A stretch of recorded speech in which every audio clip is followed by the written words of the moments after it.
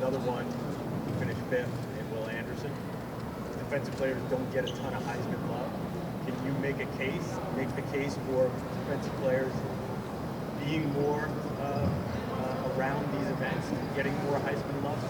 Yeah, it's tough because this award is very, quarterback dominant, offensively, dominant players. So, to be here, to be a finalist, it's really great to put on for all the other defensive players in the country, and it's really such an honor to be here, and I'm excited for the weekend, and I'm excited for tomorrow. You and CJ played each other a couple weeks ago. You got the better end of that. Has there been any talking since you guys have been here in New York? Yeah, we've been talking a little bit. It's been cool between me and CJ. We were just talking about the game, walking over here. So, it's all cool. We got a lot of respect for each other. Both being Heisman finalists. I mean, there's nothing but respect. So, yeah, me and CJ are cool. If somebody would have told you at the beginning of the season that you would be sitting right here and your team would be in position to win a championship, what would you have told them? What would you tell them? Man, I would tell them that would be my dream right there. To be a Heisman finalist and to be, competing for a national championship. I mean, that's where every team wants to be. That's where every player wants to be at this thing. So, I mean, it's so cool to have this opportunity. To be a finalist in this, and it's a real testament to my hard work and what I put into this season, and also our team for what we put in, for competing for a national championship. A defensive player hasn't won since Stroud back in '97. What would it mean for you not only to carry on that defensive baton, but to carry it on in the Wolverines as well? Yeah, it'd be great. Michigan, we kind of got this thing going on with defensive players going to the Heisman. With me, Jabril, Charles Woodson being the recent ones, and I'm glad to carry on this Michigan tradition of being a Heisman finalist.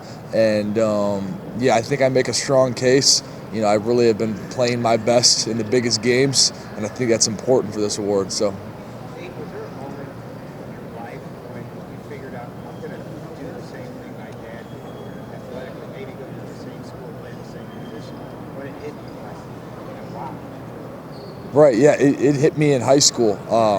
When I committed to Michigan, I knew it was going to be a D end. I knew I wanted to wear 97, so that's always been there. But to be in the position that I am today, breaking his records, winning Big Ten championships, things that he did, being an All-American. I mean, it's so cool to see all this come full circle.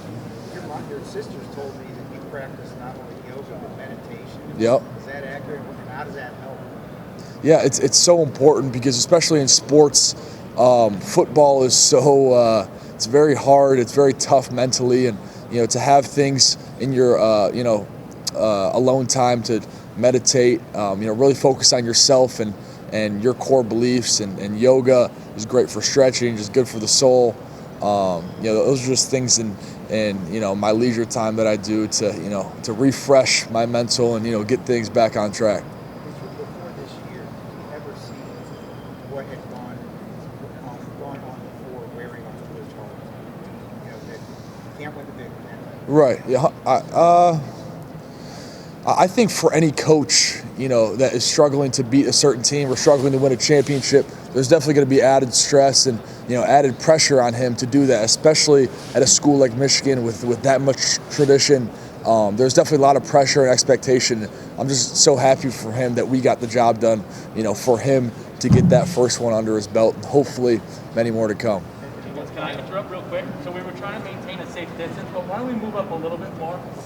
So everybody can hear a little bit more. Hey, your dad was an emergency room doctor. I think Yeah. he still is. Going through COVID as an athlete is one thing, but what was it like with him? He went home a lot. I think it wore on him. Yeah. It was. I was home, for that whole time period, so I was with him, and he really compartmentalized it well. I really didn't notice a whole lot. I know he was dealing with a lot in the emergency room and all that, dealing with COVID up front, and I know he was telling me how hectic it was and how just flooded the ER rooms were. So, like I just respect him so much for that and for doing that and for really not showing it at all. I mean, it really takes, you know, a different kind of person who can really leave that stuff at the hospital and then come home to your kids and your wife and be a dad. So I respect him a lot for it. And getting back to Coach Harbaugh, you know, I'm sure you hear how sometimes he gets a lot of criticism. Oh yeah. He's sort of an easy target. Easy target. Yeah. He wins Coach of the Year yesterday.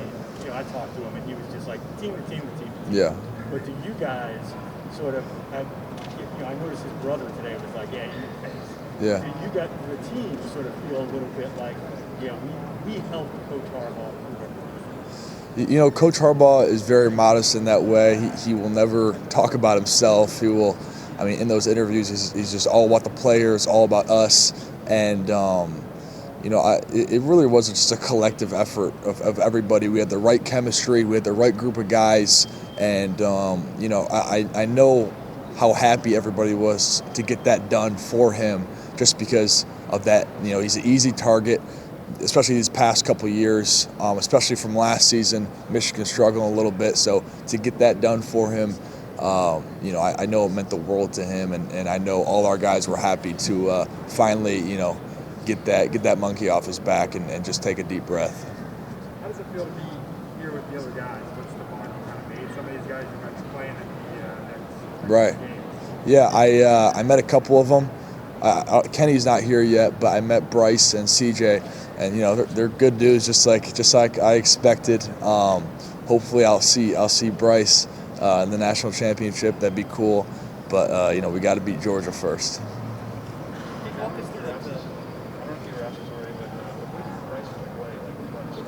What'd you say? What do you think of Bryce's play and his style? Just kind of, like, I don't know how much you've seen, but I'm just curious what you think of the way he plays. I actually haven't seen. I haven't watched him yet this year, to be honest with you. So I really don't know how he plays, but I mean, I see his numbers and he's got a lot of great numbers. So I'm sure. I know he's a great player. He's here. So yeah. Can you walk us through kind of the whirlwind week of beating Ohio State, winning the Big Ten title, and then finding out you guys are in the CFP?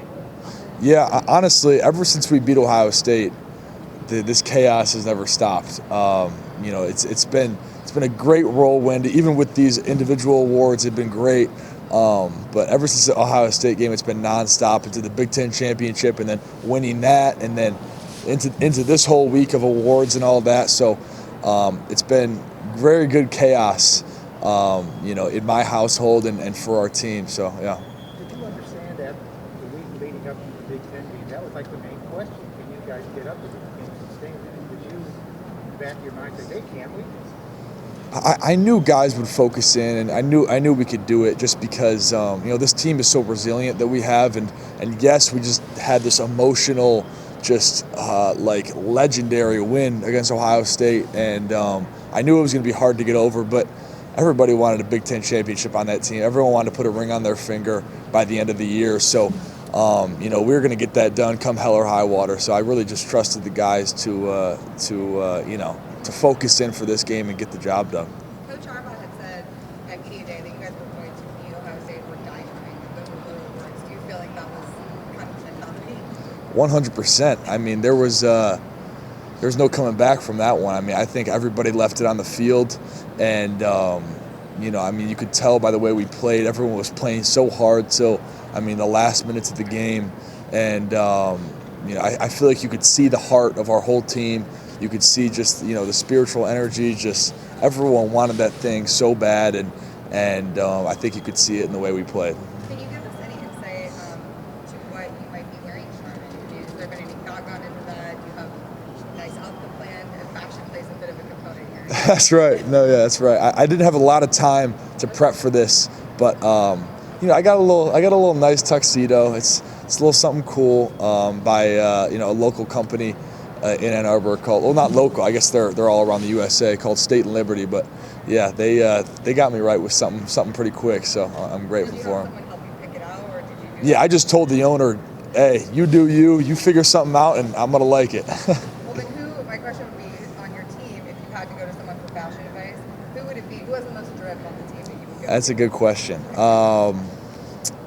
I would say probably our wide receiver, Mikey Samer still. I mean, whenever, he's going out or something, he's always got, just very, very great brands on expensive brands. So, I mean, I feel like, for fashion, I would go to him. And you were wearing the camo today. Is that a little nod to the Army-Navy game tomorrow? Or? That, actually, yes. Yeah, I'll say that. That's, I actually like that. It is a nod for the Army-Navy game.